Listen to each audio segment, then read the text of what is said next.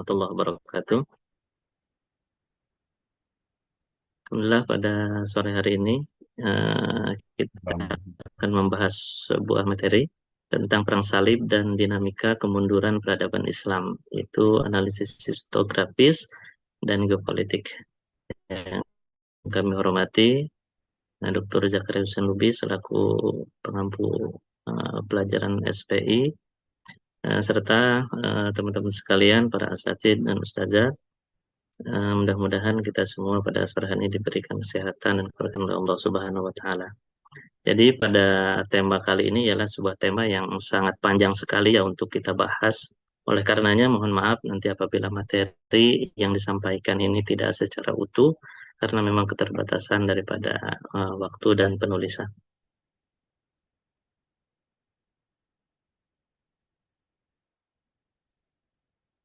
Baik, para asatidz semua, pada slide kali ini kita melihat sebuah peta yang memvisualisasikan rute utama perang salib itu dari abad 11 hingga ke 13 ya, dari tahun 1096 sampai kurang lebih kepada tahun 1270, yang artinya perang salib ini terjadi dari abad 11 hingga abad ke-13. Jadi dalam peta ini membantu kita untuk memahami bahwa perang salib ini bukan hanya perang lokal di Timur Tengah, tetapi sebuah gerakan lintas benua yang sangat terstruktur. Jadi sebagai gambaran bisa kita perhatikan bahwa jalur-jalur pada peta berasal dari berbagai kawasan di Eropa, ya di Prancis, kemudian di Jerman, di Inggris, hingga Semenanjung Liberia. Ini menunjukkan bahwa Perang Salib merupakan mobilisasi internasional terbesar di Eropa abad pertengahan. Jadi bukan hanya satu kerajaan atau satu negara yang bergerak, tetapi koalisi besar Eropa. Ini di bagian bawah, ini ada warna jalur, ya. Jadi gelombang Perang Salib ini, setiap warna ini mempresentasikan perang salib yang berbeda. Yang pertama warna merah itu perang salib pertama, First Crusade, dari tahun 1096 sampai 1099. Kemudian yang kedua ini abu-abu itu perang salib kedua, yang biru ketiga dan selanjutnya sampai yang warna kuning dan hijau. Jadi dari sini kita bisa lihat bahwa tiap gelombang punya strategi dan jalur yang berbeda. Misalnya perang salib ketiga, ini warna biru ini lebih banyak menggunakan jalur laut. Sedangkan gelombang awal banyak melalui jalur darat, ya, menuju Konstantinopel. Jadi hampir semua rute, baik darat maupun laut, ini bertemunya di Konstantinopel. Ini menegaskan bahwa kekaisaran Bizantium pada saat itu punya posisi strategis sebagai gerbang memasuki Timur Tengah. Namun hubungan antara Bizantium dan kaum salib pada waktu itu tidak selalu mulus. Bahkan pada Perang Salib keempat, ya, ada sebuah anomali, justru kaum salib menyerang dan menaklukkan Konstantinopel, sebuah paradok besar dalam sejarah tentunya. Jadi setelah melewati Konstantinopel, pasukan salib meneruskan perjalanan menuju beberapa kota penting, ya, di antaranya ada Edessa, Antioch, Tripoli, kemudian tentu saja tujuan utamanya ialah Yerusalem.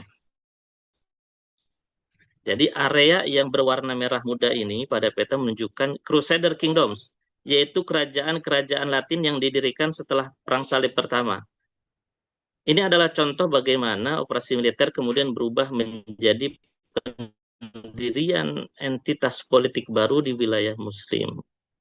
Kemudian setelah dari sana, menariknya ekspedisi dilanjutkan ke Afrika Utara dan Mesir, ya. Jalur menuju Tunis dan Damita atau lebih dikenal dengan Dimyat. Teman-teman di mahasiswa pasti sudah pernah ada yang ke sana, ya. Ini menunjukkan bahwa perang tidak hanya terfokus di wilayah Syam. Setelah kekuatan Muslim semakin solid di Syria dan Palestina, kawasan Mesir menjadi target berikutnya karena posisinya strategis dan menjadi pusat kekuatan dinasti Ayyubiyah serta Mamluk. Jadi, apa makna yang bisa kita tarik dari peta ini? Yang pertama, perang salib adalah pergerakan multinegara dengan jalur koordinasi yang sangat luas. Kedua, jalur-jalur ini menunjukkan bahwa perang berlangsung dalam beberapa fase dengan dinamika strategi yang terus berubah. Dan ketiga, wilayah Timur Tengah saat itu menjadi pusat pertemuan kepentingan politik, ekonomi, dan religius Eropa dan dunia Islam. Ya, jadi dengan memahami peta ini bisa disimpulkan kita tidak hanya melihat garis-garis perjalanan, tetapi juga struktur geopolitik, pergerakan massa, dan perubahan strategi militer lintas abad. Ya, peta ini juga membantu kita untuk membaca perang salib bukan sekedar konflik agama, tetapi sebuah fenomena sejarah besar yang melibatkan interaksi panjang antara Eropa dan dunia Islam.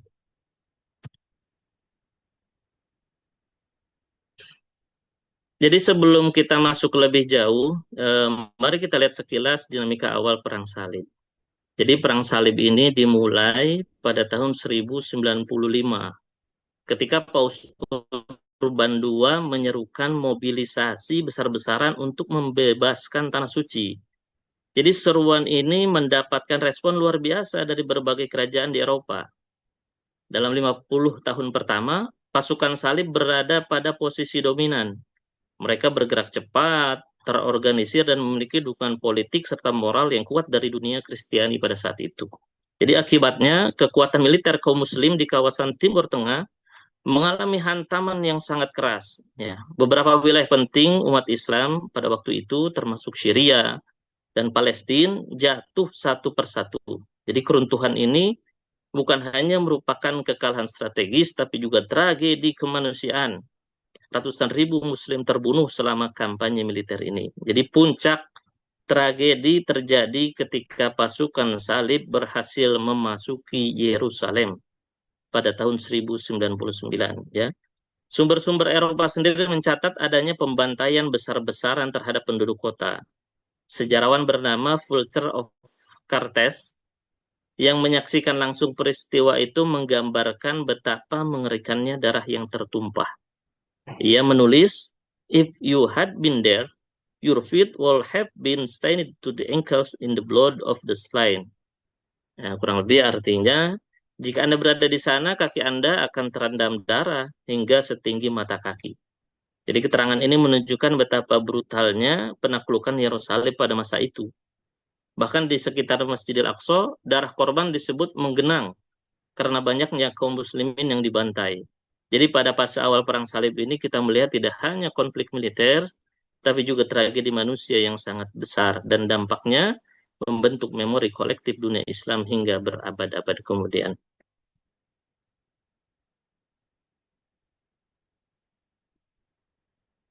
Selanjutnya, jadi sebelum kita memahami apa yang memicu perang salib, kita perlu melihat bagaimana kondisi Yerusalem dan Palestina sebelum perang itu terjadi.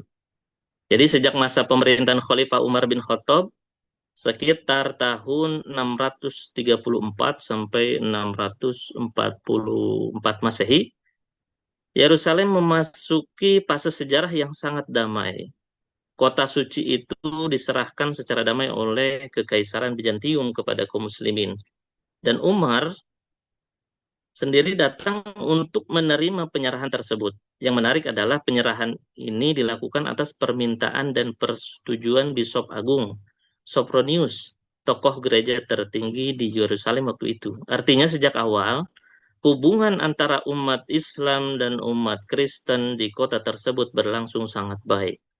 Jadi selama berabad-abad berikutnya, di bawah pemerintahan Islam, Yerusalem menjadi kota yang sangat aman, sangat tertib, dan sangat toleran. Penduduknya bebas memeluk agama masing-masing, ya, Islam, Yahudi maupun Kristen.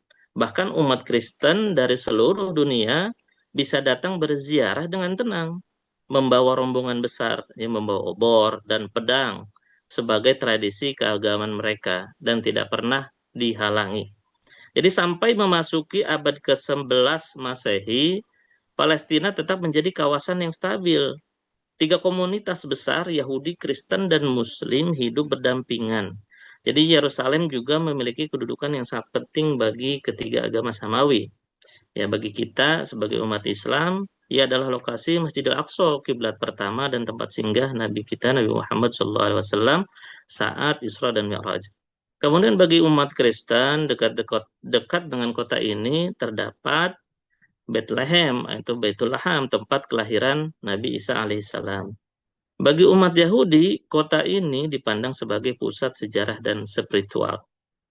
Jadi kondisi inilah yang penting untuk dipahami. Karena ketika Perang Salib dimulai, narasi dikembangkan di Eropa adalah sebaliknya, bahwa umat Kristen ini ditindas dan Yerusalem dirampas.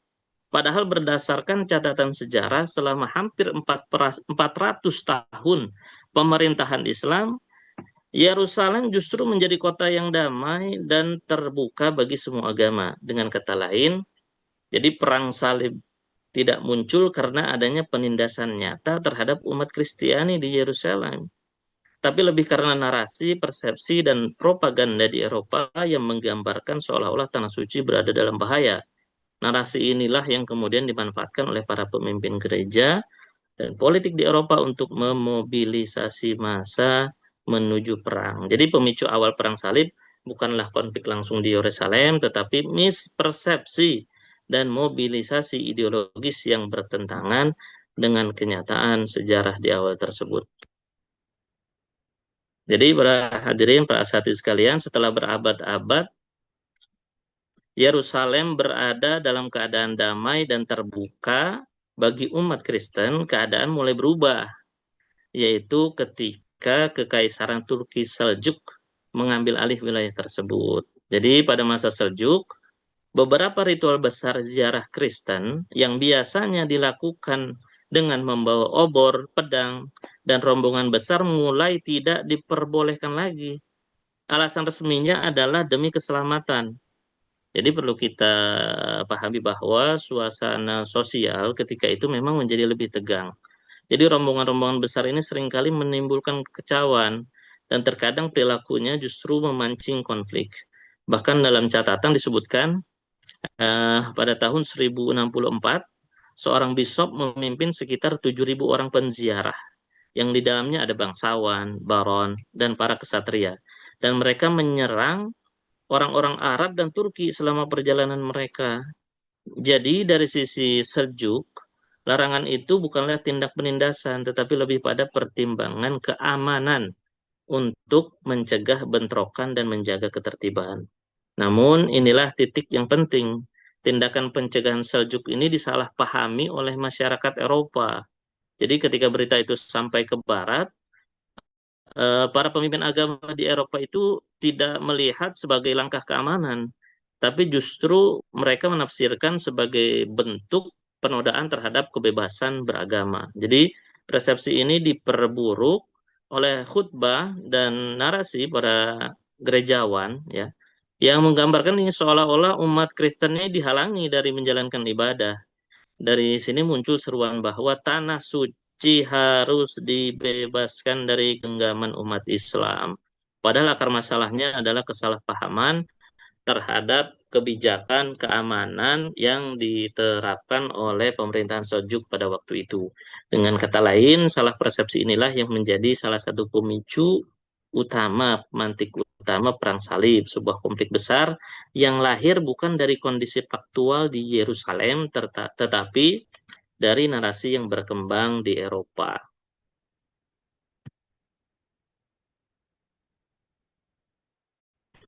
Jadi, untuk memahami penyebab terjadinya perang salib, kita bisa melihat dari dua sudut pandang utama. Kalau tadi kita eh, membahas tentang faktor pemicu, pemantik. Nah, kalau ini kita membahas penyebab terjadinya perang salib, faktor utamanya. Nah, di antaranya ini ialah geopolitik. Titik krusialnya adalah ketika kekalahan besar Kekaisaran Bizantium dalam pertempuran Banziket pada tahun 1071. Dalam pertempuran ini, Bizantium dikalahkan oleh Turki Saljuk dan efeknya sangat menghancurkan. Jadi kekalahan itu membuat Bizantium kehilangan sebagian besar wilayah Anatolia yang selama ini menjadi jantung ekonomi, militer, dan sumber daya manusia bagi kekaisaran. Jadi kondisi ini membuat Bizantium berada dalam posisi yang sangat lemah dan terancam. Sampai-sampai seorang kaisar yang bernama Alexius I Komnenos akhirnya tidak punya pilihan lain kecuali meminta bantuan militer dari Barat. Jadi dalam catatan sejarah, Anakomena melalui karyanya The Alexiad menjelaskan bahwa ekspansi Turki Saljuk setelah Manzikert begitu cepat dan luas sampai-sampai mengancam keberadaan kekaisaran itu sendiri. Jadi dari sisi geopolitik, perang salib ini berawal dari ketakutan Bizantium untuk bertahan hidup, serta upaya mereka untuk memanfaatkan kekuatan militer Eropa, Eropa Barat khususnya, demi menahan laju ekspansi Saljuk. Inilah pemicu awal yang sangat signifikan. Yang kedua ialah faktor agama tentunya. Jadi faktor agama juga memainkan peran yang sangat besar pada waktu itu. Gereja Barat menggunakan momentum kelemahan Bizantium dan situasi Yerusalem untuk mendoktrin narasi perang suci. Walaupun persoalan sebenarnya jauh lebih kompleks. Jadi narasi agama ini menjadi alat paling efektif untuk menggerakkan massa. Melalui khotbah-khotbah ya, para pemimpin gereja itu menaikkan emosi atau menggugah emosi umat Kristiani Eropa dengan pesan bahwa tanah suci ini harus dibebaskan. Pemaknaan religius ini memberi legitimasi moral bagi perang dan membuat masyarakat melihat konflik tersebut bukan sebagai ekspansi politik, tetapi sebagai tugas suci.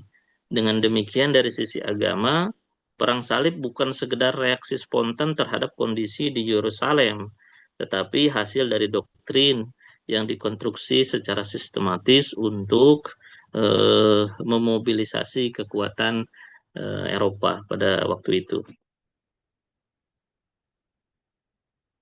Kemudian faktor selanjutnya yang menjadi penyebab terjadinya perang salib ialah faktor ekonomi.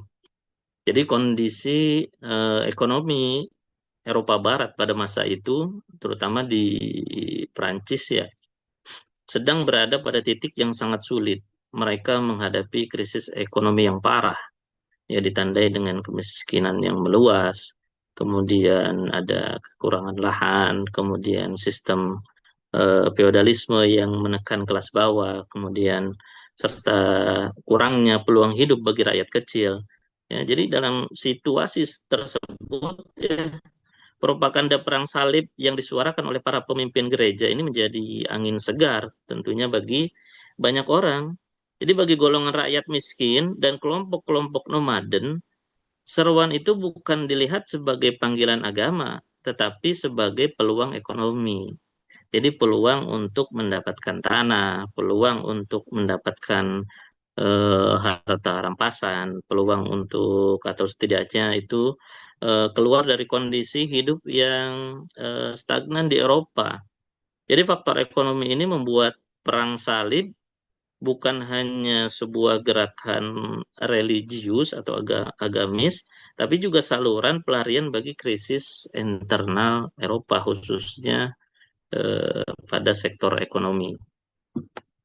Kemudian dari faktor sosial dan politik ya juga memainkan peranan yang sangat dominan dalam meletusnya perang salib dalam keadaan tidak stabil. Jadi ada perebutan kekuasaan di antara para bangsawan. Ada pertikaian antar kerajaan dan juga ada kompetisi antara paus dan penguasa sekuler. Dalam konteks ini, perang salib muncul sebagai alat untuk menyatukan masyarakat Eropa di bawah satu tujuan besar. Ada yang kedua juga cara gereja untuk memperkuat otorisasinya. Yang ketiga juga menjadikan kesempatan bagi para bangsawan untuk memperluas wilayah serta memperoleh legitimasi yang religius. Jadi bagi para pemimpin gereja, perang salib adalah sarana untuk eh, mengalihkan energi konflik internal Eropa ke arah luar. Sementara bagi para bangsawan, ini menjadi jalan menuju prestis politik dan kekuasaan baru. Dengan demikian, faktor sosial ini bukan hanya pemicu tambahan, tetapi mesin penggerak utama yang membuat mobilisasi besar-besaran perang salib bisa terjadi. Jadi penyebab perang salib bukan satu faktor tunggal, ya. Jadi melainkan gabungan dari yang tadi, yang pertama tentunya geopolitik, kekalahan Bizantium di Manzikert, ya, dan ancaman daripada kerajaan Seljuk. Kemudian dari faktor agama, itu propaganda gereja tentang pembebasan tanah suci, kemudian dari ekonomi, ya, krisis yang mendorong rakyat miskin untuk ikut perang. Kemudian yang terakhir ya sosial politik, ya ambisi elit gereja dan bangsawan Eropa. Jadi konflik ini lahir dari pertemuan antara kepentingan religius, kekhawatiran geopolitik, kesulitan ekonomi, dan dinamika politik internal Eropa. Hasilnya adalah Perang Salib tahun 1095, sebuah perang besar yang dampaknya terasa hingga berabad-abad.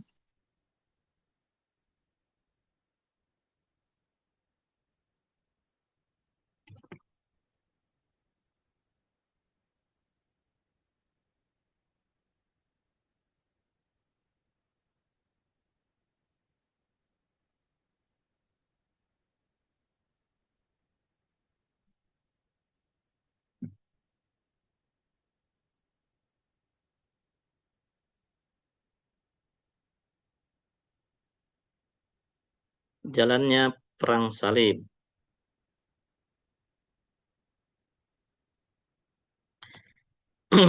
Jadi Perang Salib yang pertama. Jadi para asad sekalian, sekarang kita masuk pada fase penting dalam sejarah, yaitu Perang Salib pertama yang dimulai pada tahun 1096. Jadi inilah momen ketika pasukan salib itu pertama kali diberangkatkan dari Eropa menuju timur untuk merebutkan Yerusalem. Jadi gerakan ini mendapat dukungan besar dari masyarakat Eropa setelah seruan perang dilancarkan oleh Paus Urban II.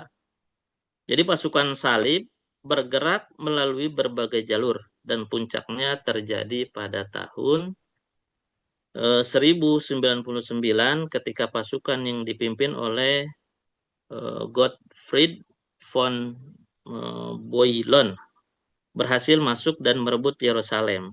Jadi setelah berhasil menaklukkan kota itu, kaum salib mendirikan apa yang kita kenal sebagai negara-negara salib atau Crusader States.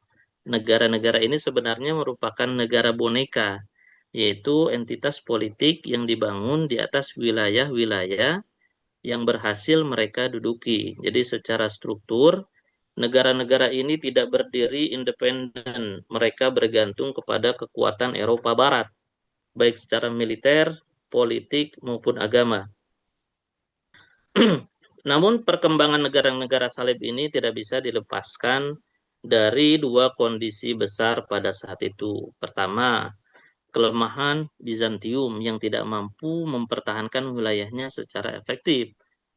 Kedua, perpecahan internal di kalangan umat Muslim, baik dari sisi politik maupun militer. Jadi kombinasi inilah yang membuat negara-negara salib itu bisa bertahan dan berkembang cukup lama.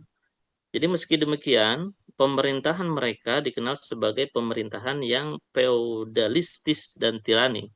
Jadi struktur masyarakat dibangun berdasarkan kelas penguasa Latin yang menekan penduduk lokal. Dalam proses pendudukan, masyarakat Yahudi dan Muslim menjadi korban paling besar. Bahkan banyak di antara mereka yang dibantai saat perebutan kota-kota penting. Kekejaman paling terkenal terjadi di Yerusalem, di mana penduduk yang tidak beragama Kristen dibunuh tanpa ampun. Jadi pada periode ini kita melihat bagaimana Perang Salib Pertama tidak hanya merupakan operasi militer, tetapi juga proses pendirian struktur kekuasaan baru yang keras, eksploitatif, dan berdampak besar bagi komunitas lokal. Kemudian Perang Salib yang kedua. Jadi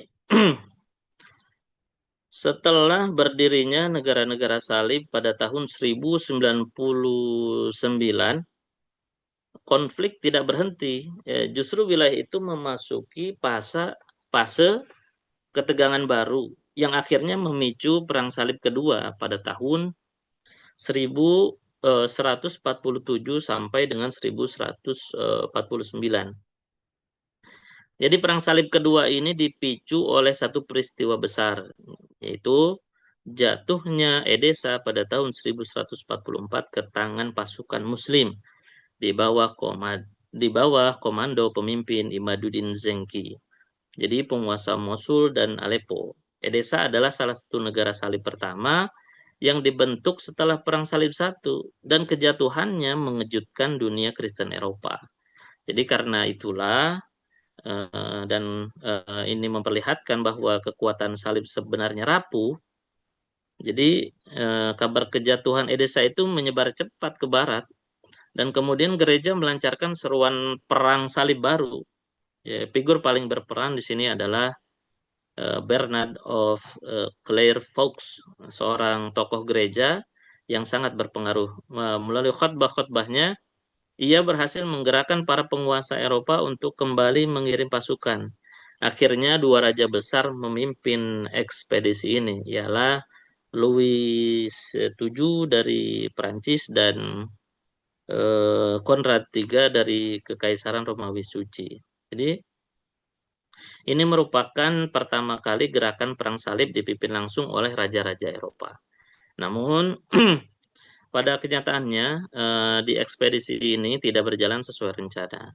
Banyak faktor yang membuat gagal. Yang pertama, persiapan yang kacau. Jadi koordinasi antar pasukan Prancis dan Jerman ini lemah. Mereka berangkat terpisah dan menghadapi masalah logistik serius sejak perjalanan melalui Anatolia. Yang kedua, hubungan yang tidak harmonis dengan Bizantium. Jadi kecurigaan antar kedua belah pihak membuat kerjasama menjadi sulit. Bizantium enggan memberikan dukungan penuh karena khawatir kaum salib justru akan merebut wilayah mereka. Yang ketiga, kegagalan strategis di Timur Tengah. Jadi pasukan salib gagal merebut kembali Edessa. Mereka malah mengalihkan serangan ke Damaskus yang justru saat itu memiliki hubungan diplomatik dengan kaum salib. Akibatnya, pengepungan pengepungan Damaskus pun gagal total. Jadi setelah kegagalan di Damaskus, pasukan salib pulang ke Eropa tanpa kemenangan sama sekali. Jadi perang salib kedua ini menjadi kekecewaan besar bagi dunia Eropa Barat, terutama orang agama Kristen Barat ya. Tapi di sisi lain juga kegagalan ini membuka jalan bagi munculnya sosok pemimpin Muslim besar yang akan mengubah arah sejarah nantinya. Tentu siapa lagi kalau bukan Salahuddin Al-Ayyubi. Jadi kegagalan perang salib kedua memperkuat solidaritas Muslim dan melemahkan negara-negara salib secara moral dan politik.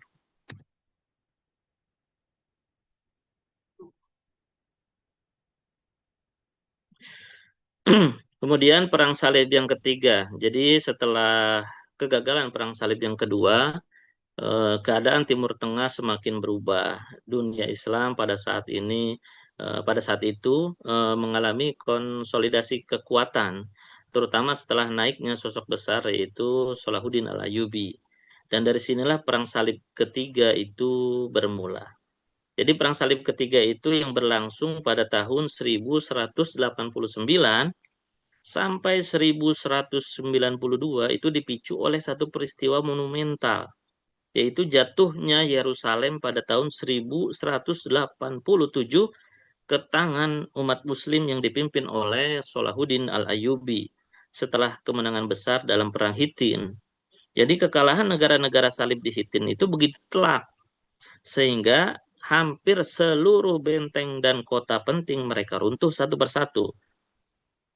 Jatuhnya Yerusalem itu membuat Eropa itu shock karena kota itu telah berada di tangan mereka selama hampir satu abad, sejak Salib pertama 1099. Kabar itu memicu reaksi besar di Eropa. Tiga penguasa terbesar Eropa akhirnya memimpin langsung ekspedisi ini sehingga Perang Salib ketiga ini dikenal sebagai perang para raja. Mereka adalah Richard de Leonhardt, Inggris, tokoh paling terkenal dalam ekspedisi ini. Ada juga Frederick Barbarossa, Kaisar Romawi Suci, dan Philip II Augustus, Raja Prancis. Ya. Namun perjalanan mereka tidak mudah. Yang pertama, wafatnya Barbarossa. Jadi Kaisar Frederick Barbarossa meninggal tenggelam saat menyeberangi sungai di Asia Kecil sebelum mencapai Levant. Jadi kematian ini menyebabkan sebagian besar pasukannya bubar dan pulang, sehingga kekuatan besar Jerman gagal berperan penuh. Yang kedua, adanya ketegangan antara dua raja, itu Raja Richard dan Raja Philip. Richard dan Philip berangkat bersama, tapi hubungan keduanya penuh ketegangan. Tak lama setelah tiba di Acre, Philip memutuskan kembali ke Prancis. Jadi hanya menyisakan Raja Richard sendirian pada waktu itu untuk memimpin ekspedisi perang ketiga itu. Yang ketiganya pertempuran antara Richard, ya, Raja Richard dan Salahuddin Alayubi. Jadi Richard dan Salahuddin ini saling menghormati sebagai sesama pemimpin besar dan ksatria, namun tetap berada dalam posisi berlawanan. Pertempuran besar terjadi di wilayah Acre, kemudian Arsub, kemudian Java. Jadi Richard sukses memenangkan beberapa pertempuran, terutama di wilayah Arsub. Tetapi ia tidak mampu merebut kembali Yerusalem. Salahuddin tetap mempertahankan kota itu dengan strategi defensif yang kuat. Kemudian ada perjanjian Romla. Jadi pada tahun itu 1192 akhirnya kedua belah pihak sepakat mengakhiri perang melalui perjanjian Romla. Hasilnya, yang pertama, Yerusalem tetap berada di bawah kekuasaan Muslim. Yang kedua, namun umat Kristen diperbolehkan datang berziarah dengan aman. Yang ketiga, negara-negara salib yang tersisa tetap bertahan di wilayah pesisir. Jadi dengan demikian, perang salib ketiga ini tidak merebut Yerusalem kembali, tetapi menghasilkan kompromi yang relatif stabil. Raja Richard kembali ke Inggris dan Salahuddin melanjutkan konsolidasi kekuasaan hingga wafat setahun kemudian.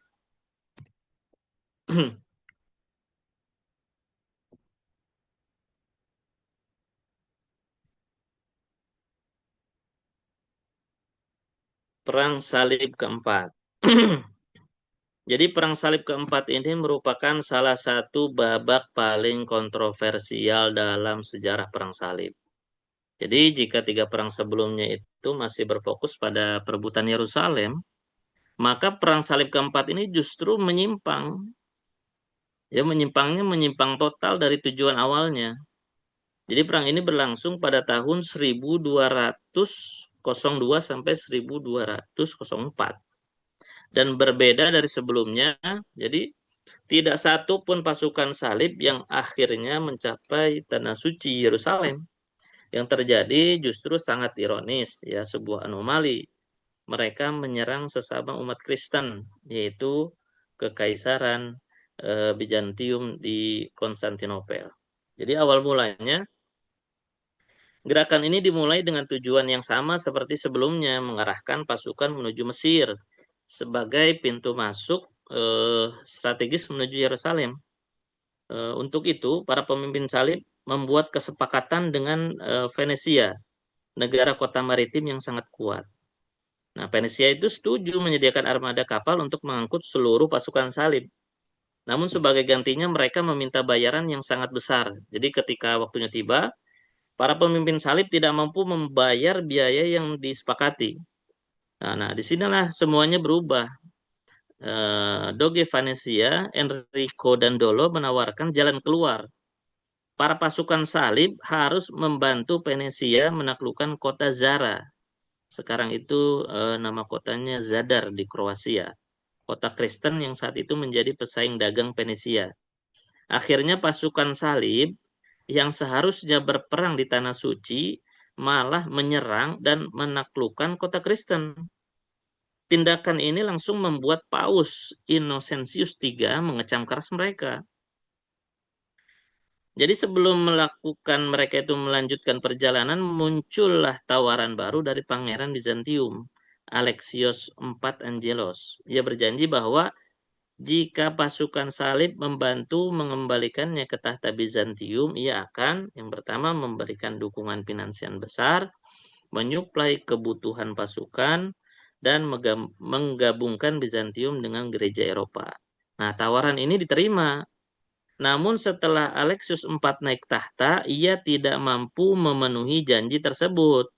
Jadi ketegangan memuncak antara rakyat Konstantinopel, Bizantium, dan pasukan salib. Jadi ketika kecauan terjadi, pasukan salib akhirnya mengambil keputusan paling ekstrim, menyerang Konstantinopel secara langsung. Jadi pada tahun 1204, ya, tepatnya pada bulan April, pasukan salib menembus pertahanan kota dan melakukan salah satu penjarahan terbesar dalam sejarah abad pertengahan. Akibatnya, gereja-gereja dan bangunan suci dijarah, harta seni Bizantium dirampas, penduduknya mengalami kekerasan dan penindasan, dan Konstantinopel yang selama ribuan tahun menjadi pusat dunia Kristen Timur jatuh ke tangan pasukan salib. Jadi setelah itu mereka mendirikan Latin Empire of Constantinople, sebuah negara boneka yang dikuasai oleh Barat dan bertahan selama kurang lebih dari setengah abad. Jadi Perang Salib keempat ini menjadi contoh yang paling jelas bagaimana Perang Salib ini bisa berubah menjadi proyek politik dan ekonomi. Jadi tidak ada upaya untuk merebut Yerusalem pada Perang Salib keempat ini. Sebaliknya, pasukan salib justru menghancurkan salah satu kota Kristen terbesar di dunia. Jadi perang ini meninggalkan luka mendalam antara gereja Katolik Roma dan gereja Ortodok Timur yang dampaknya terasa hingga berabad-abad. Kemudian Perang Salib kelima. Jadi Perang Salib kelima ini eh, timbul setelah adanya kekacauan besar dalam Perang Salib keempat. Jadi dunia Kristen Barat mencoba mengembalikan fokus mereka pada tujuan awal, yaitu merembut kembali Yerusalem. Namun strategi mereka berubah. Jadi pada Perang Salib kelima, target utama bukan lagi Palestina secara langsung, melainkan Mesir. Ya, jadi kenapa Mesir pada Perang Salib kelima ini? Jadi pada masa itu Mesir berada di bawah kekuasaan dinasti Ayubiyah, pusat kekuatan Muslim setelah Salahuddin. Para pemimpin salib beranggapan bahwa jika Mesir bisa ditaklukkan, maka Palestina akan jatuh dengan sendirinya. Jadi pada gelombang awal, yaitu pada tahun 1217, pasukan salib pertama itu datang melalui jalur darat ke wilayah Palestina. Mereka dipimpin oleh raja-raja Eropa. Ada Andrew II dari Hungaria dan Leopold VI dari Austria. Namun ekspedisi awal ini kurang efektif. Mereka bergerak tanpa rencana strategis yang jelas dan tidak mampu membuat kemajuan berarti di sekitar wilayah Palestina. Adapun faktor utamanya untuk menyerang Mesir, jadi gelombang kedua pasukan salib memutuskan untuk serangan ke Mesir dimulai dengan pengepungan kota Damita atau Dimyat pada tahun 1218. Jadi pengepungan kota ini sangat panjang dan melelahkan. Tapi akhirnya Dimyat ini berhasil direbut pada tahun 1219. Jadi keberhasilan ini membuat pasukan salib yakin bahwa jalan menuju ibu kota Mesir pada saat itu Kairo terbuka. Namun pada tahap ini muncul masalah besar. Yang pertama, kurangnya koordinasi internal. Jadi pemimpin pasukan gereja, Kardinal Pelagius berselisih dengan pasukan sekuler Eropa. Perbedaan strategi menyebabkan ketidakjelasan komando. Yang kedua, adanya penyakit dan masalah logistik, cuaca ekstrim, kemudian banjir Sungai Nil dan kurangnya ketersediaan makanan logistik membuat kondisi pasukan itu memburuk secara drastis. Kemudian ada kekalahan besar di Mansurah. Jadi puncak kegagalan terjadi ketika pasukan salib itu memutuskan bergerak menuju Mansurah untuk mencoba menaklukkan wilayah yang lebih dalam di Mesir. Ternyata keputusan itu fatal sekali. Sungai Nil meluap, jalur suplai terputus, dan pasukan Muslim memanfaatkan keadaan ini untuk mengepung tentara Salib, yang akhirnya pasukan Salib lagi-lagi mengalami kekalahan telak dan banyak di antara mereka tertawan. Jadi pada tahun 1221 ini Perang Salib kelima berakhir dengan kekalahan Perang Salib. Yang kedua, penyerahan kembali Dimyat kepada dinasti Ayyubiyah, dan tidak ada satupun tujuan mereka, orang-orang Salib itu tercapai. Kemudian Perang Salib ke-6. Jadi Perang Salib ke-6 adalah salah satu perang paling unik dalam seluruh rangkaian Perang Salib. Berbeda dari perang-perang sebelumnya yang penuh pertempuran besar. Jadi Perang Salib ke-6 ini justru dikenal sebagai Perang Salib tanpa peperangan. Karena keberhasilannya dicapai bukan melalui kekuatan militer, tapi melalui diplomasi. Jadi perang ini berlangsung pada tahun 1228 sampai 1229. Dan tokoh utamanya adalah Kaisar Frederick II dari Kekaisaran Romawi Suci. Jadi latar belakang pada Perang Salib ke-6 ini ialah konflik Fredrik II dengan Paus. Jadi Fredrik II sebenarnya telah lama dijanjikan akan memimpin sebuah perang salib. Namun ia berulang kali menunda keberangkatan. Hal ini membuat Paus Georgius IX marah dan akhirnya mengucilkannya sebelum ekspedisi berangkat. Jadi Fredrik memimpin Perang Salib ke-6 dalam keadaan terkutuk oleh Paus, sebuah situasi politik yang sangat janggal.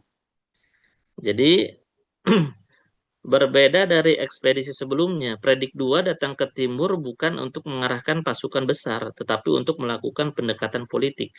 Pada waktu itu dunia Islam berada dalam kondisi tidak stabil. Dinasti Ayyubiyah sedang terpecah antara kekuasaan di Mesir dan kekuasaan di Syria. Jadi penguasa Ayyubiyah di Mesir, Sultan Al-Kamil, sedang membutuhkan waktu dan ruang untuk menyelesaikan konflik internal. Melihat peluang ini, tentunya Fredrik menawarkan kesepakatan damai. Nah, muncullah yang namanya Perjanjian Java pada tahun 1229. Jadi melalui serangkaian negosiasi, kedua pemimpin akhirnya mendatangi Perjanjian Java pada tahun 1229. Hasilnya sangat mengejutkan. Yang pertama, Yerusalem diserahkan secara damai kepada kaum Salib. Namun, Masjidil Aqsa, Kubah Batu, dan Haram Asy-Syarif tetap berada di bawah kontrol penuh umat Islam. Dan semua warga Muslim tetap diberi kebebasan penuh menjalankan kehidupan mereka. Tidak ada pertempuran besar, tidak ada penaklukan berdarah. Yerusalem jatuh ke tangan Salib hanya melalui diplomasi. Ini menjadikan Perang Salib ke-6 sebagai satu-satunya perang salib yang berhasil mendapatkan Yerusalem kembali tanpa kekerasan. Tapi ada dampak dan kontroversi. Walaupun secara politis Predik berhasil, ia tidak dipuji di Eropa karena ia telah diusir oleh Paus. Banyak pemimpin gereja menganggap ekspedisi ini ilegal. Bahkan saat Predik kembali ke Eropa, musuh-musuhnya menggunakan situasi ini untuk merongrong kekuasaannya. Di sisi lain, bagi kaum muslim, perjanjian ini dipandang sebagai manuver strategis Sultan Al-Kamil untuk menghindari konflik besar di saat internal kerajaan masih rapuh. Namun hasil ini tidak bertahan lama. Dalam beberapa tahun berikutnya, kondisi politik di kawasan kembali berubah dan Yerusalem kembali jatuh ke tangan muslim pada tahun 1244.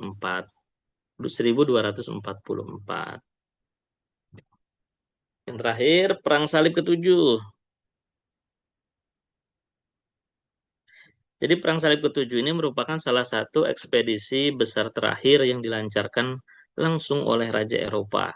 Perang ini berlangsung pada tahun 1248 sampai 1254 dan dipimpin sepenuhnya oleh Raja Louis IX dari Perancis, yang kemudian dikenal dengan Saint Louis oleh Gereja Katolik karena kesolehannya.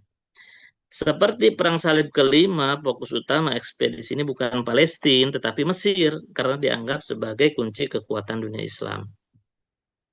Jadi, latar belakangnya ialah setelah Yerusalem jatuh kembali ke tangan Muslim pada tahun 1244, Dunia Kristen Barat merasa terancam.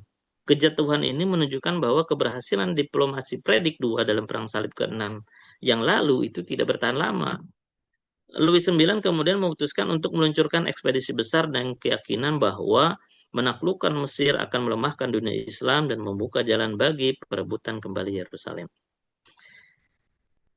Kedua, pengepungan Dimyat. Jadi ekspedisi dimulai dengan serangan ke Dimyat, sebuah kota pelabuhan penting di Delta Nil pada tahun 1249.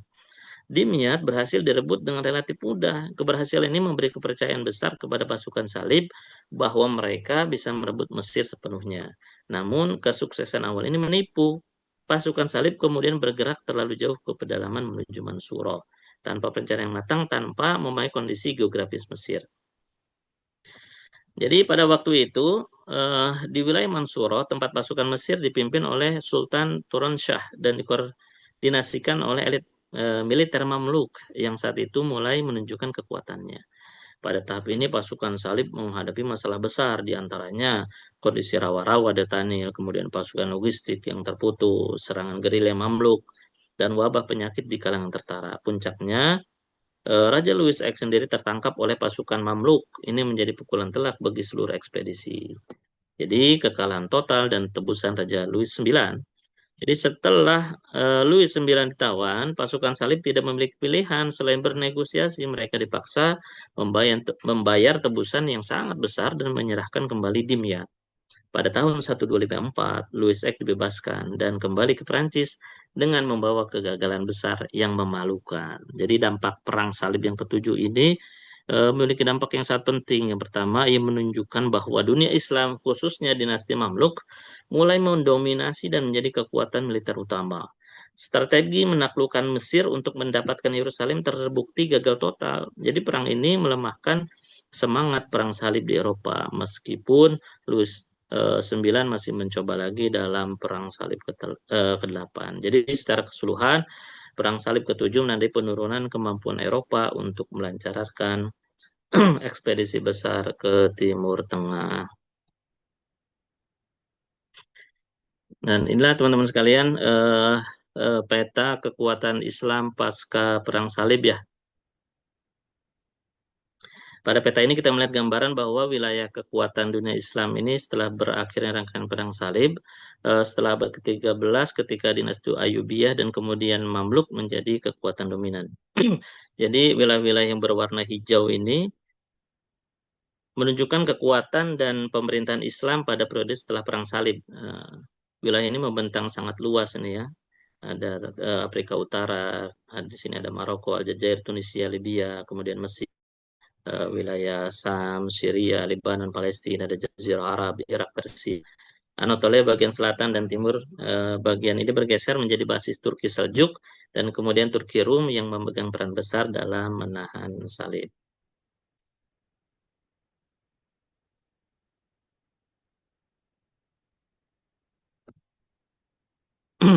Jadi selanjutnya ialah kemunduran peradaban Islam pasca perang salib. Jadi ada beberapa fokus, ya, ada beberapa aspek.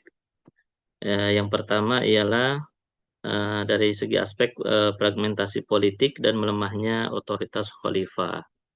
Jadi ketika selesainya perang salib, dampak yang paling nyata dari perang salib terhadap dunia Islam adalah fragmentasi politik, yaitu terpecah-pecahnya wilayah Islam ke dalam kerajaan, kemudian dinasti dan pemerintahan kecil yang saling bersaing. Jadi sebelum perang salib dunia Islam ini kan pernah berada di bawah struktur yang relatif terpusat. Misalnya pada masa Umayyah dan awal Abbasiyah. Namun memasuki abad ke-11 hingga pasca perang salib, otoritas politik mulai melemah secara signifikan. Jadi banyak sih penyebab daripada utama fragmentasi politik ini. Yang pertama tentunya salah satu faktornya ialah menurunnya kekuatan Khalifah Abbasiyah. Jadi Khalifah tidak lagi memiliki kekuatan eksekutif. Mereka menjadi simbol spiritual, sementara kekuatan militer dan administrasi ini diambil alih oleh ya dinasti Seljuk di Persia, dinasti Ayubiyah di Sam, kemudian dinasti Zengki di Mosul dan Aleppo, kemudian emir-emir lokal, misalkan di Yaman, Hijaz, Maghrib, hingga Andalus ya. Hal ini membuat perintah khalifah tidak lagi mengikat secara politik, hanya bersifat moral. Yang kedua, tentunya ada perpecahan internal antar penguasa Muslim. Jadi alih-alih bersatu menghadapi perang salib, banyak penguasa Muslim justru sibuk. Sibuk apa? Ya, sibuk memperebutkan wilayah, sibuk saling menyerang, sibuk saling memutus aliansi, atau tidak mau membantu satu sama lain. Jadi kondisi ini sangat dimanfaatkan oleh pasukan salib untuk membangun kerajaan-kerajaan Latin di Levant. Nah, kemudian juga eh, berkurangnya solidaritas antar wilayah Islam. Jadi setiap dinasti itu lebih fokus mempertahankan wilayahnya masing-masing, wilayah sendiri. Akibatnya dunia Islam ini kehilangan koordinasi besar dalam pertahanan militer, kemudian strategi diplomatik, dan penyatuan ideologis. Jadi setelah Perang Salib, fragmentasi ini menyulitkan dunia Islam untuk kembali kepada struktur politik yang kuat seperti sebelumnya. Yang kedua, tentunya ekonomi, kemunduran ekonomi ya. Jadi perekonomian dunia Islam juga mengalami pukulan besar akibat Perang Salib yang berlangsung kurang lebih selama 2 abad lebih ini ya. Apa saja? Yang pertama rusaknya jalur perdagangan. Jadi selama Perang Salib ini jalur perdagangan internasional yang menghubungkan Asia Tengah, Timur Tengah, Afrika Utara, dan Eropa ini mengalami gangguan besar. Banyak rute yang diserang, diblokade, atau jatuh di bawah kontrol tentara salib maupun Republik Maritim Italia, Venesia, Genoa, Pisa. Akibatnya, peran dunia Islam sebagai pusat perdagangan global menurun drastis. Selanjutnya hilang pendapatan negara. Jadi banyak wilayah kaya, ya Palestina, Syam, pesisir timur Mediterania, itu pernah jatuh ke tangan salib. Ini membuat ya ya pajak menurun, perdagangan berkurang, dan pemasukan negara melemah. Yang ketiga, tentunya biaya perang itu sangat besar. Perang panjang itu menghabiskan anggaran negara, kemudian tenaga kerja, dan sumber daya alam. Di negara-negara Muslim harus membayar biaya tinggi untuk mempertahankan benteng, memperkuat pasukan, serta memulihkan kota yang hancur. Jadi, pasca Perang Salib, kota-kota Italia seperti Venesia dan Genoa itu mendapatkan hak monopoli dagang, akses ke pelabuhan timur, dan keuntungan ekonomi yang besar. Sementara ekonomi Islam justru melemah karena kehilangan kontrol atas perdagangan maritim. Kemudian yang ketiga, ini ada pergeseran kekuatan militer. Jadi salah satu dampak struktural yang cukup signifikan adalah pergeserannya kekuasaan militer di dunia Islam. Jadi setelah berabad-abad menghadapi perang salib. Jadi pada awal perang salib, struktur militer dunia Islam ini masih didominasi oleh pasukan kesukuan, kelompok perbatasan, dan dinasti-dinasti kecil yang memiliki kekuatan lokal. Namun setelah 2 abad peperangan muncul pola baru. Jadi kekuatan militer ini terpusat pada kelompok-kelompok elit bersenjata, terutama pasukan Mamluk di Mesir. Jadi kelompok militer yang awalnya adalah budak perang ini justru naik menjadi kekuatan besar. Mereka, pasukan Mamluk itu mengalahkan pasukan Salib. Mereka menghabisi sisa-sisa negara Latin dan bahkan mengalahkan Mongol dalam pertempuran Ain Jalut pada tahun 1260. Jadi walaupun secara militer kuat, dominasi kelompok militer seperti Mamluk ini menciptakan ketergantungan negara pada militer yang kemudian mengurangi stabilitas politik jangka panjang.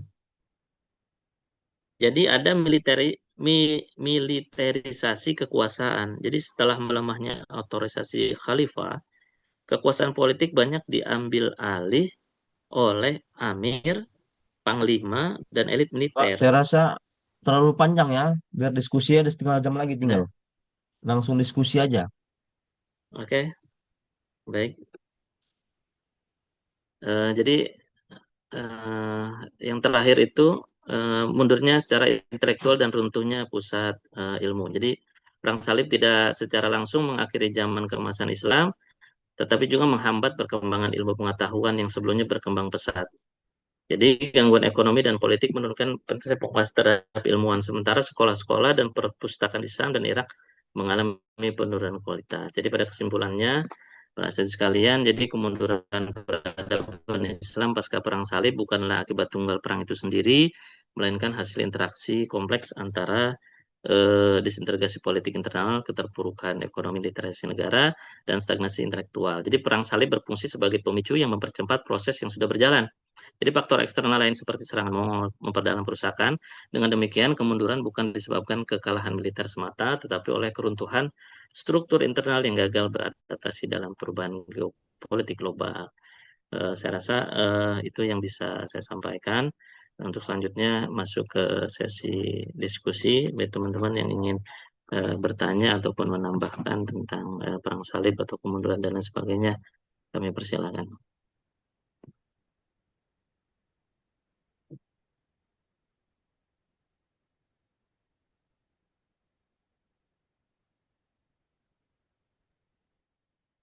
Izin bertanya, Ustaz.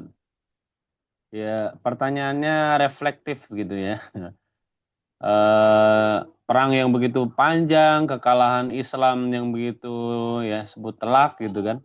Tapi sempat Islam nih menang ya dengan sosok figur Salahuddin Al-Ayyubi gitu ya. Nah, kira-kira apa Ustadz yang sudah setelah ya mendalami perang salib ini, apa kiranya nilai-nilai apa yang ada dari sosok kepemimpinan Salahuddin Al-Ayyubi sampai bisa memukul balik dan memenangkan perang salib ya di waktu waktu itu. Kira-kira apa kunci gitu ya? Kunci atau dari sosok figurnya kah atau kepemimpannya atau strategi apa gitu? Silakan.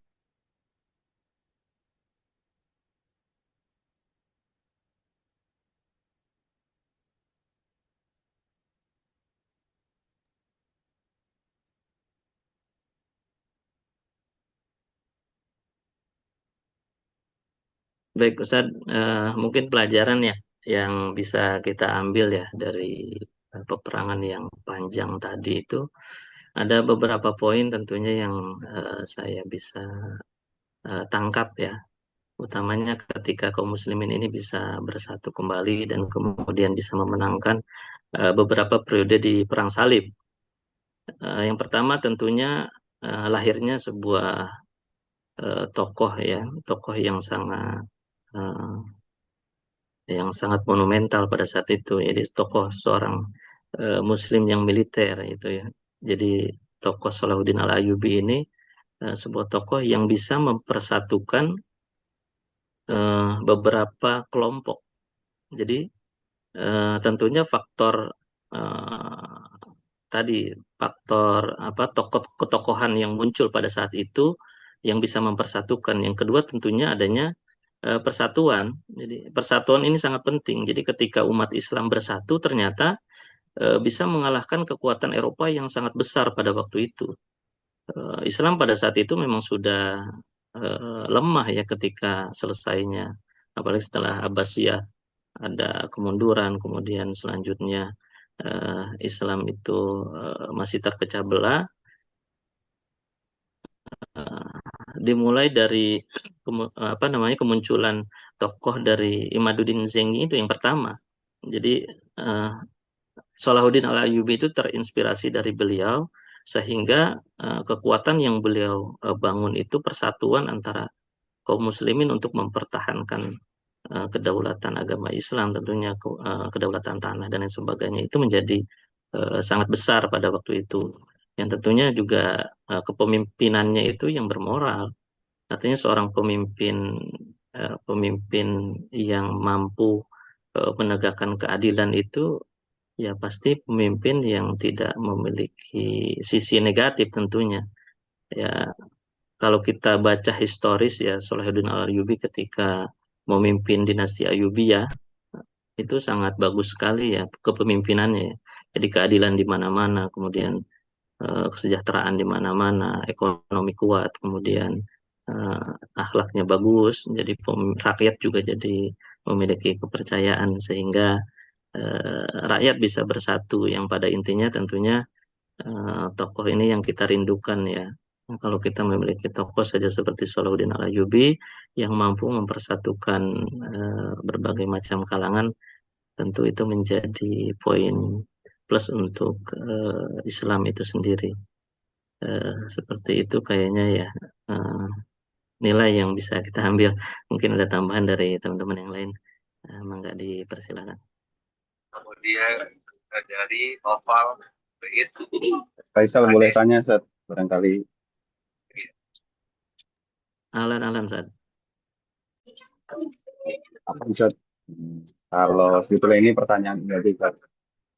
Melihat bagaimana histori perang salib bisa terjadi, seperti yang barusan kita sudah jelaskan dan sampaikan juga kita bersama mendengarkan ini. Kira-kira apakah ada kemungkinan Ustaz, di zaman yang modern ini akan terjadinya kembali perang yang kurang lebih secara historikal seperti perang salib, dan kira-kira apa faktornya Ustaz, yang menjadikan perang itu bisa muncul dan terjadi walaupun mungkin dalam bahasa yang berbeda. Seperti itu Ustaz. Terima kasih.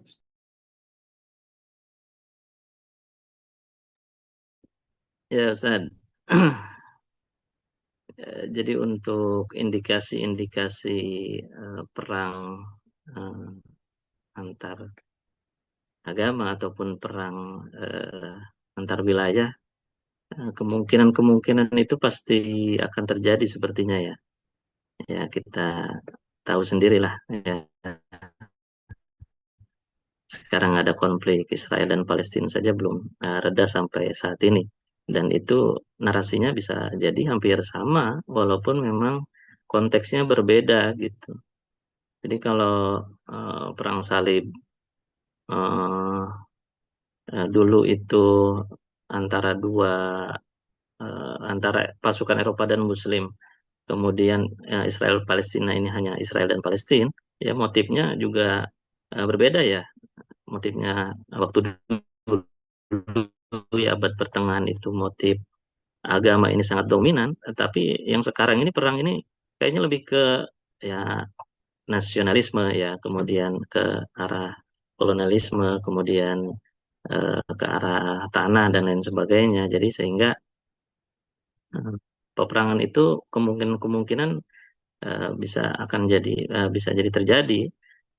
Eh, Ya itu tugas mungkin para pemimpin-pemimpin negara kita ya untuk menghentikan perang yang melalui jalur-jalur diplomasi dan lain sebagainya. Mudah-mudahan kita berharap perangan besar ini tidak akan terjadi karena dampaknya tentu akan sangat mengerikan untuk kehidupan kita semua.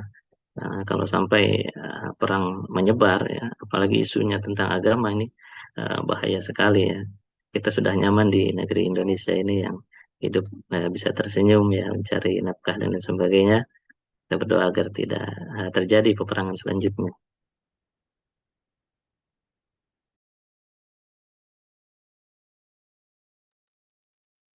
Alan Sadeka mau ngapain ya? Ya, Ustaz mau bertanya, perang salib pertama sampai ketiga itu kan tujuannya untuk merebut kota Yerusalem. Dan perang keempat ada timbul kontroversial untuk tidak merebut Yerusalem. Jadi tujuannya ke penjarahan itu. Terus kenapa di perang salib kelima kembali untuk merebut Yerusalem? Dan yang jadi pertanyaan lagi, kenapa ketika kembali merebut Yerusalem itu, kenapa bisa gagal? Sehingga dilanjutkan misi tersebut di Perang Salib ke-6. Karena kegagalan tadi di Perang Salib ke-5. Jadi itu pertanyaannya dua, Ustaz. Pertama, kenapa di 4 itu tidak melanjutkan perang 1, 2, 3 untuk merebut Yerusalem. Perang keempat itu ada kontroversial. Terus perang salib kelima kenapa bisa kembali lagi? Terus ketika kembali, kenapa bisa kalah? Biasanya kan kalau sudah kembali atau membuat misi kembali untuk merebut kota Yerusalem, pasti sudah punya apa kemampuan dan strategis yang luar biasa.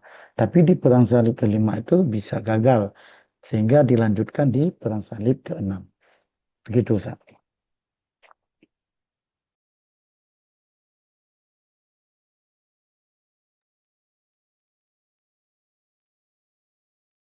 Ini harus menjelaskan ulang nih ya dari awal lagi Ustaz ya. Jadi memang makalah ini kalau memang bisa ditulis banyak, bisa jadi buku ini kalau Perang Salib ini ya. Perang Salib 1, 2, 3, 4 sampai 7 itu masing-masing eh, perangnya itu bisa kita tulis secara lengkap gitu. Tapi memang karena keterbatasan eh, penulisan dan lain sebagainya ini memang harus dijelaskan kembali. Jadi seperti awal memang kenapa perubahan tujuan, misi, dan lain sebagainya itu bisa terjadi karena berbagai macam faktor tentunya Ustaz Deka ya. Jadi yang ketika Perang Salib pertama itu mereka menang telak ya, itu ada ketika mereka menang telak itu mungkin namanya seseorang merasa menang itu ada terlena sehingga Islam ini membangun kekuatan. Jadi pada saat perang kedua dan ketiga ini Islam sudah semakin kuat di bawah komando Imaduddin Zengki dan anaknya. Kemudian ada Salahuddin Al-Ayyubi di situ. Jadi sangat sulit sekali negara Eropa pada saat itu untuk menaklukkan Yerusalem karena keberadaan dua tokoh sentral tersebut. Itu yang tadinya ingin fokusnya kepada Yerusalem karena susahnya ditaklukkan, karena ada dua tokoh tersebut akhirnya tujuan mereka jadi berubah gitu. Dan perang ini kan membutuhkan biaya logistik yang sangat banyak. Ya, nggak mungkin mereka dibiayai sepenuhnya itu oleh kerajaan pada waktu itu. Akhirnya para pemimpin atau raja-raja yang diutus untuk melakukan ekspedisi itu mereka berubah haluan karena ada tawaran dari tiap-tiap raja yang disinggahi. Ya, misalkan tadi ketika dijelaskan di wilayah Italia itu apa namanya Genoa kalau nggak salah ya itu ya. Jadi mereka kalau ingin meneruskan ke arah Yerusalem ya mereka harus membantu wilayah kami dulu ya untuk menaklukkan eh, apa namanya kota sebelah sebagai saingan kota perdagangan kami. Jadi mau nggak mau pasukan salib yang tadinya ingin tujuan ke Yerusalem, mereka berubah arah tujuan karena ada tawaran tadi itu dari kota-kota Kristen sendiri. Jadi mereka tidak punya logistik yang mau nggak mau menerima penawaran itu karena ditawarkan nanti setelah merebut kota saingan itu mereka akan dijanjikan logistik, akan dijanjikan mendapatkan tanah wilayah di negara tersebut. Jadi tujuannya melenceng, Sadeka, sehingga gagal lah nyebrang lagi. Dan ini menjadi kekecewaan besar lah bagi pemimpin gereja pada waktu itu. Makanya pada perang salib selanjutnya tujuan utamanya ialah ke Yerusalem kembali. Karena pasukan yang diutus sebelumnya itu melenceng, makanya untuk selanjutnya fokusnya ke Yerusalem, walaupun pada intinya nanti eh, berbelok arah lagi, jadi ke Mesir ya. Jadi seperti itu kurang lebih ya. Ustaz, mangga yang ingin menambahkan dulu nih. Oke, Kak. Ustaz, jadi eh, ini kan pengaruhnya pengaruh Eropa banyak harusnya ya. Artinya dengan misi walaupun tujuannya untuk merebut Yerusalem paling enggak di situ kan ada pertukaran, ada persinggungan lah, pertukaran entah pertukaran mungkin budaya atau mungkin cara atau mungkin metode gitu ya. Yang ini juga kan mungkin bisa mempengaruhi eh, dunia Islam juga dalam hal ini karena kan benturan mereka dengan dunia Islam. Di mana di awal itu kan dengan ketika Fatimiyah, Bani Fatimiyah itu sudah mulai kendor gitu ya. Kemudian akhirnya tadi eh, raja dari Perancis ya yang 1900 akhirnya merebut, akhirnya diserahkan gitu kan. Walaupun bertahan kan mereka sampai 99 tahun ya, atau hampir 100, hampir 1 abad. Nah itu pengaruh-pengaruh budaya itu seperti apa yang terjadi? Termasuk tadi eh, apakah mungkin peristiwa-peristiwa ilmu pengetahuan atau pustakaan yang terjadi seperti apa di dunia pendidikan, di dunia ekonomi gitu ya. Kalau mungkin kalau perang tapi ngomong ekonomi eh, rusak semua lah ya.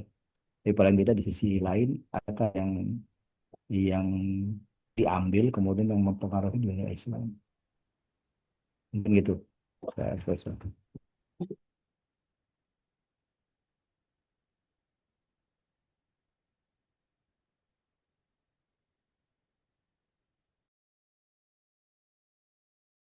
Putus-putus ya atau bagaimana? Enggak, San, enggak. Ini lagi hibernasi dulu nih.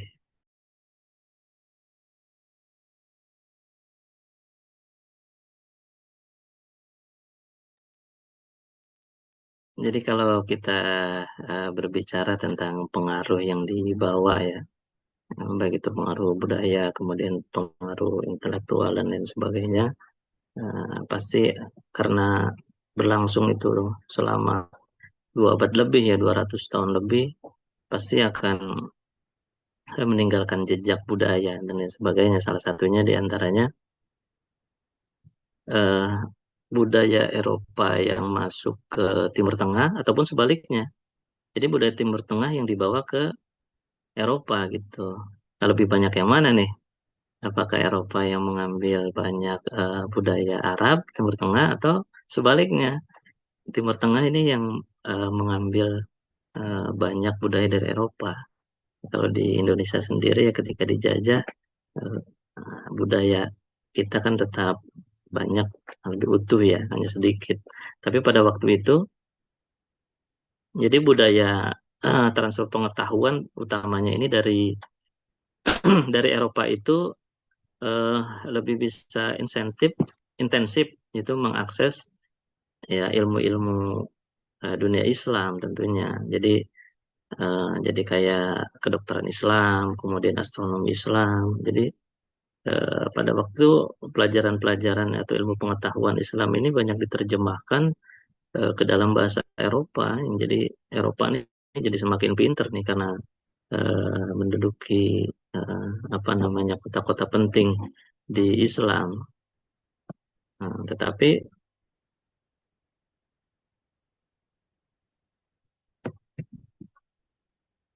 saya belum menemukan nih kalau dari segi ilmu pengetahuan itu Islam ini dapat apa dari Eropa pada saat itu. Mungkin teman-teman bisa menjelaskan ya Ustadz Wicak nih kayaknya nih. Saya udah hampir kehabisan energi nih untuk menjelaskan itu. Enggak. Mas Ustadz, tapi apa ini ya? Saya tidak akan menjelaskan itu. Saya sedikit aja merespon pemakaran tadi yang mengatakan bahwa kita ini kan tidak ada orang yang senang perang ya. Saya sendiri sama lah, semua manusia eh, pasti menghindari menghindari momen itu. Tapi ada pernyataan yang menarik nih dari Pak Prabowo. Kalau nggak salah dulu pernah mengatakan kalau kita ingin hidup aman, damai, tentram, kemari palu jidari dan seterusnya lah. Maka kalau kita ingin damai, maka kita harus siap perang. Nah ini gimana ini merespon ini? Beliau kan ahli militer ya, kemudian pahamlah bagaimana mengelola negara yang adil makmur dan pernyataan ini tentu bukan sekedar apa ya klise, tapi dipikir-pikir benar juga ya. Kalau kita pengen aman, nyaman, tentram tapi nggak siap perang, kayaknya kalam fadi ya kalau orang orang muslim bilang mah kalam fadi katanya.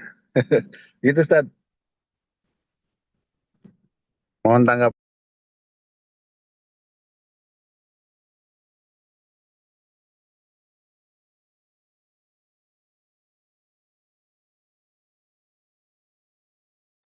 Ya, Ustaz, yang lain coba Ustaz Deden mau menanggapi dulu. Sebenarnya mau lanjutkan yang tadi pertanyaan saya nanti sekalian mungkin mudah-mudahan bisa nanggepin yang Ustaz Wicak soal saya. Jadi kalau terkait ini mungkin kalau yang kita kebayangkan, saya sih ngelihatnya di film ya. Eh, Baca narasi ini juga belum belum terlalu ngelihat bahwa yang kita bawa, yang kita tahu dari apa yang terjadi dengan budaya di dalam hal ini mungkin salib di barat gitu ya, bukan di Bizantium kan salib ada dua ya, ada Romawi, ada Bizantium yang Romawi Timur sama yang barat yang dari Romawi Suci tadi di bahasanya. Nah itu kan memang sebuah, kalau saya lihat tidak ada, sebenarnya di Islam bisa mengambil pelajaran itu ketika mereka sebetulnya dalam kondisi kepepet, dalam kondisi susah gitu ya. Mereka pakai itu sebagai cara untuk sekalian hancur aja gitu ya, bareng-bareng gitu. Sehingga mereka membuat ekspansi ke negeri-negeri yang stabil. Jadi kayak semacam strategi politik yang bisa, harusnya bisa kita baca kali ya.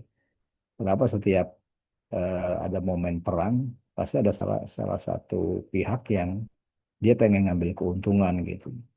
Dalam kondisi ketika dia itu, saya itu bisa jadi dia lagi belangsak atau enggak, lagi nggak beruntung lah kalau bahasa halusnya.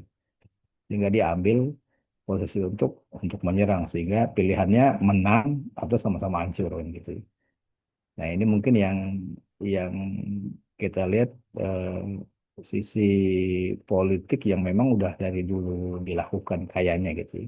Walau alam sekarang juga seperti itu atau enggak. Tapi yang banyak diamati para pengamat politik itu selalu ketika ada peristiwa-peristiwa besar pasti ada hal yang di mereka kurang sebenarnya mereka bikin isu atau bikin kegiatan heboh di tempat kaum muslimin yang damai gitu, dan itu mereka mengambil keuntungan.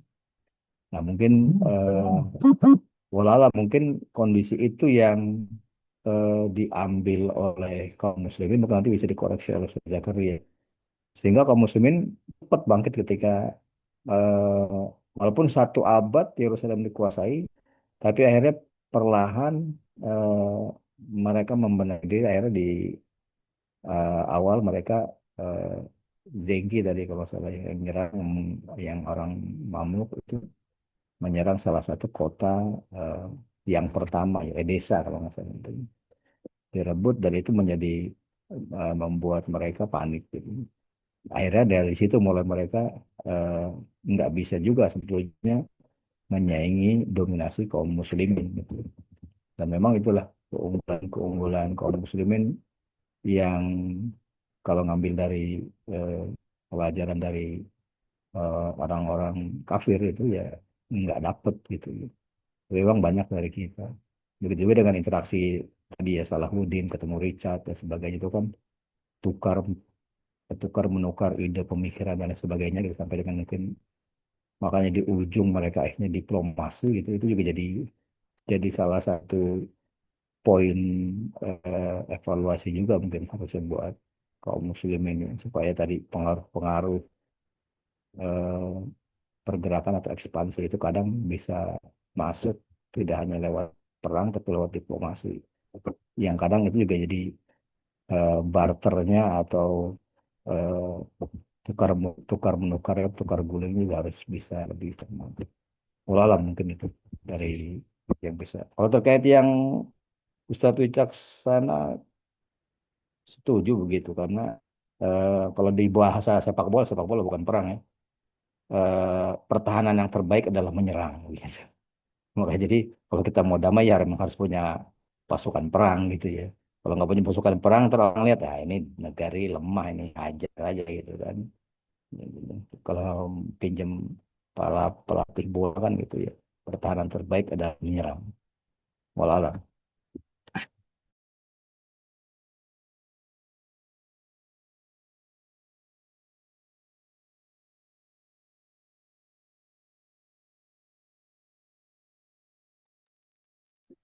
Mungkin sedikit ya. Mungkin maksudnya kalau diperlebar. tidak sekedar kesiapan militer mungkin ya. Siap perang itu kan mungkin siap logistik, siap ekonominya, siap sumber daya, dan banyak hal lah ya. Tidak hanya sekedar persenjataan. Ya memang betul persenjataan sekarang kan yang ditakut itu nuklir ya. Nah itu pun mestinya kita sudah siap tuh. Harusnya kita punya senjata nuklir seperti halnya negara-negara besar itu. Agar kita dipandang atau disegani lah. Tidak dipandang sebelah mata. Nah begitu mungkin ya. Ini hanya kontemplasi aja.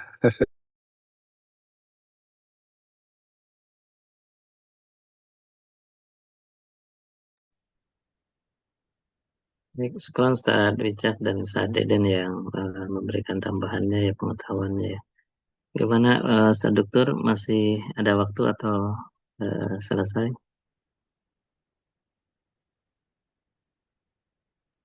Apakah masih ada ini pertanyaan yang ini belum dijawab?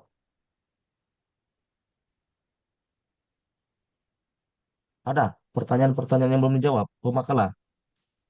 Sudah ya Ustaz ya. Sudah semua. Nah, Oke, saya menyimpulkannya dari hasil diskusi. Yang pertama makalah dulu ya. Makalah ada beberapa catatan. Ya, nanti dilihat catatannya. Satu masalah ya terlalu banyak ya. 10 halaman itu sudah sama daftar pustaka. Anda 17 halaman. Coba disimplifikasi. ya. Kemudian lagi ya masalah teknis lah ya yang harus miring, tulisan harus dimiringkan terutama yang bahasa-bahasa asing, nanti dilihat catatannya. Lalu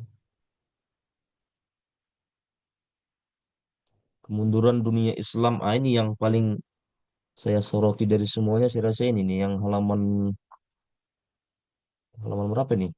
Di sini 9. Di sini halaman 9. Perang salib terhadap peradaban Islam merupakan salah satu isu historis paling penting, bla bla bla bla, kemunduran dunia Islam pasca abad 12 ini. Jadi seolah-olah Anda mengatakan eh, akibat dari perang salib salah satunya faktornya kemunduran Islam. Itu yang ingin saya tanyakan, apa betul gara-gara perang salib itu Islam mundur kan? Dari segi apa mundurnya itu? Itu saya ingin saya tanya. Menurut Anda dari segi apa mundurnya? Perang salib kan 10, 11, 12, 3 abad. Eh, dari segi apa mundurnya? Ya, tadi Pak Dokter ya. Jadi memang ada dampak positif juga ada dampak negatif atau kemundurannya itu. Kemunduran dari ekonomi gitu, kemunduran dari segi eh, apa tadi politik ya, dari segi fragmentasi politik ya, kemudian dari sisi militer juga. Cuma memang nggak semuanya eh, negatif gitu, kemunduran. Memang ada banyak positifnya. Cuma mungkin salah ini aja, Nah, itu Ustaz. tadi kalimat itu kalau Kalimat misalnya aja. salah itu diganti, ya kan? Betul. Kemunduran dunia Islam pasca abad 12, 13, 14, 15. Berarti kalau Anda bilang pasca abad 12 itu baru tuh masih fase enlightenment lah ya, atau kita bilang makalah yang akan datang ya, yang Kelarung ya, apa Renaissance. Kalau menurut saya ya, anggapan orang Renaissance itu di Barat itu maju, kemudian dalam dunia Islam itu mundur. Apa betul juga? Itu kadang kita harus memframing ulang ya, kita kaji ulang apa betul Islam itu mundur. Apa betul? Misalnya ketika di sana lagi Renaissance, ya kembalinya ilmu pengetahuan semula, ya Yunani kuno di Eropa, kemudian dunia Islam apakah mundur? Karena banyak juga yang namanya keislaman itu terus masih berjalan kan keilmuan dengan tokoh-tokohnya yang sangat banyak juga terkenal kan. Ya Suhrawardi Al-Maktul itu di masa apa namanya ketika abad Eropa dalam masalah Renaissance itu. Tapi ada Suhrawardi Al-Maktul. Kemudian siapa lagi? Ada Mullah Sadra. memang mereka ini tidak membahas sains ya. Kayak surah Al-Maktul itu lebih membahas kepada hal yang apa ya, yang imateri lah, apa istilahnya? Ya, surah Wardi Al-Maktul itu kan pancaran cahaya ya, apa namanya? Istilahnya iluminasi, emanasi, ya, iluminasi. Surah Wardi apa? Iluminasi ya, iluminasi itu kan pancaran cahaya, tidak seperti yang revolusi industri yang ada di Eropa. Nah, itu kan tidak disebut mundur, tapi pemikiran terus maju. Cuma hanya pemikiran di Islam ini, cuma dia lebih kepada pemikiran yang materi. Kalau di Eropa itu materi. Apakah itu disebut mundur? Itu perlu dikaji ulang. Yang ini, yang pasca abad ke-12. Kalau saya rasa, ya menurut saya nggak bisa juga dibilang mundur karena pemikiran terus dinamis terjadi di dunia Islam. Meskipun dalam dunia Islam itu tidak pemikirannya seperti di Eropa kan, yang revolusi industri. Jadi revolusi industri itu kan salah satu tanda dari Renaissance, ya Pelarung atau Enlightenment dengan ditemukannya mesin cetak kan di Prancis, ditemukan apalagi itu mesin uap, lah diesel, ya semua pekerjaan manusia kan digantikan dengan mesin ya, dengan ditemukan Renaissance tadi itu. Nah, tapi tetap aja dalam dunia Islam itu meskipun mereka tidak menemukan teknologi, ya pemikiran tetap jalan gitu. Apakah dia bilang mundur? Itu coba dikaji ulang. Ya gimana maksudnya gimana? Apakah memang mundur gara-gara tidak ada revolusi industri di dunia Islam? Enggak, Ustaz. Ini nanti diperbaiki ininya. Nah, itu diperbaiki ya. Perkataannya Ustaz. Nah, cuma itu saja yang saya soroti ya. Kemudian kesimpulan yang saya lihat tadi ya dengan diskusi ini, eh, Crusade ini atau perang salib ini, kenapa saya buat di makalah transformasi filsafat Yunani ke dalam filsafat Islam. Ya, karena ini menjadi 3 abad rangkaian perperangan ini yang seperti Anda buat di makalah ya. Gelombang satu, gelombang dua, gelombang tiga ya rangkaian perperangan antara eh, Muslim ya, Kristen dan Islam perang salib ini menjadi pemicu lah gerbang gerbang terjadinya dialektika ilmu ya antara timur dan barat. Ini istilah kita sekarang ya antara timur dan barat. Masuknya transfer ilmu-ilmu Yunani ke dalam Islam kemudian diubah menjadi asimilasi lah, asimilasi dalam dalam filsafat Islam. Kenapa saya bilang asimilasi? Karena filsafat Yunani itu sama sekali sudah apa berubah total ya. Misalnya kayak Al-Kindi apa filsafat Yunani yang paling terkenal Plato misalnya, Plato tuh. Plato ini menginspirasi akhirnya para filsuf-filsuf Muslim, terutama dalam masa Abbasiyah itu. Karena di masa Abbasiyah itu puncak dari penerjemahan besar-besaran ya. Di Baitul Hikmah, tokoh yang paling kredibel, yang paling pakar dalam menerjemahkan bahasa bahasa Yunani ke dalam 4 bahasa, Syriani, kemudian bahasa Arab itu kan yang paling terkenal di Abbasiyah di Baghdad itu Hunain bin Ishaq tuh. Nah, dia banyak menerjemahkan karya-karya Plato, Aristoteles yang akhirnya menginspirasi kayak Al-Farabi itu Muslim pertama, filsuf pertama dalam Islam, ada Ibnu Sina, kemudian Al-Kindi. Mereka ini adalah mazhab apa ya? Mazhab Neoplatonisme. Ya, Platonis ya, Platonis itu Neoplatonisme ini mazhab Platonisme yang misalnya dalam Plato pemikirannya ya bahwasanya dalam dunia ini ya, itu ada suatu hal yang yang tidak bisa dibicarakan, yang tidak bisa disamakan, lesa kamislihi sayun kan, tidak bisa disamakan itu kan dari Platonis ya. Neoplatonisme itu Plato itu. Nanti terinspirasi kepada Al-Farabi itu dengan teorinya apa tuh? Emanasi. Emanasi.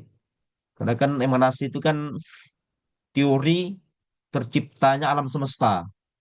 Kalau Anda baca tahu ya alam emanasi ya, bagaimana Tuhan itu ya meskipun agak jelimet ya, akal satu memikirkan dirinya, muncul akal dua, akal tiga, akal empat. Jadi kayak turut urutan ya dari alam semesta, kemudian timbul planet, dari planet timbul malaikat, malaikat timbul nanti apa manusia, tumbuh-tumbuhan, terus sampai itu ada 10 tingkatan itu. Itu namanya emanasinya Al-Farabi. Itu terkontaminasi dari Neoplatonisme. Nah, cuma kalau misalnya Plato kan tidak mengatakan itu bahwasanya Tuhan, penyatuan alam sama eh, Tuhan tadi, tapi ini jelas adalah emanasi cahaya dari pemikiran Tuhan. Begitu juga Ibnu Sina, Surhawardi. Nah, saya rasa itu ya yang bisa kita simpulkan ya, bagaimana filsafat Yunani itu tadi menjadi Islam lah dengan di tangan para filsuf-filsuf Muslim ini. Saya rasa itu bisa ini di closing statement makalah. Ya, baik. Terima kasih Pak Dr. Zakaria Sunubis atas tambahan ilmu dan informasi untuk saya pribadi khususnya dan kepada teman-teman sekalian. Mari sama-sama kita tutup untuk pelajaran kita hari ini dengan sama-sama mengucapkan hamdalah alhamdulillahirabbil alamin. Terima kasih semuanya. Assalamualaikum warahmatullahi wabarakatuh. Waalaikumsalam warahmatullahi wabarakatuh. Ketua kelas tolong di dokumentasi kemudian di share di grup. 1, 2, 3. Oke, sudah ya. Oke, kita ada 3 kali pertemuan lagi. Habis itu UAS. Sampai ketemu di hari Rabu yang akan datang. Assalamualaikum warahmatullahi wabarakatuh. Waalaikumsalam. Waalaikumsalam warahmatullahi wabarakatuh.